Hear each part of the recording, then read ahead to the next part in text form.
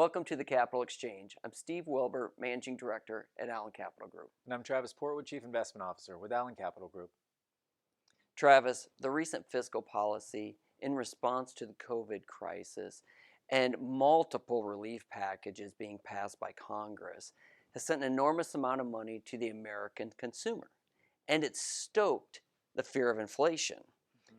Adding fuel to the fire is a chart that's recently circulating in the media outlets and over the internet that shows an explosion of this money supply. So let's talk about this and what it actually means. Yes, Steve, that chart can be startling when you look at it. So for the viewer, let's define money supply. There are two types of money supply, with the primary difference being how easily you can access your money.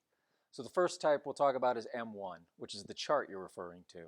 And M1 counts all readily accessible money. So think of paper cash, coins, and then money in checking accounts. Next, you've got M2. And M2 includes everything in M1, plus savings accounts, money market accounts, and then time deposits like CDs.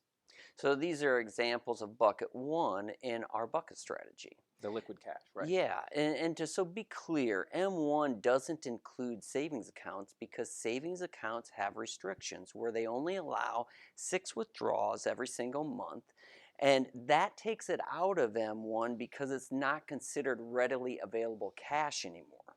That's correct, Steve, but the devil's in the details here because in response to the COVID crisis, policymakers wanted to give people easy access to their money or make it as easy as possible. So they removed the 6 withdrawal restriction from savings accounts.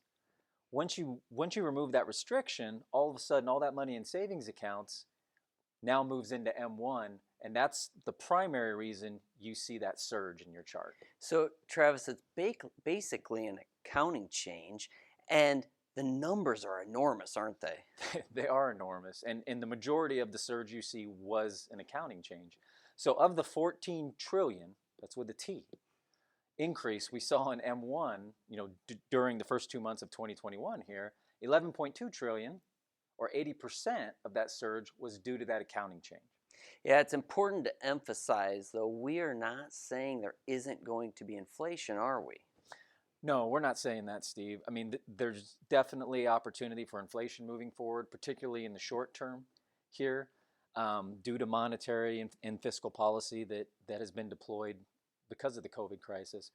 But, there's a lesson here because this is a great example of why you just can't take any chart that you see on the internet at face value. You have to understand the underlying data behind that chart and what it means. I couldn't agree more, Travis. This has been great. I look forward to it next week. I look forward to it as well.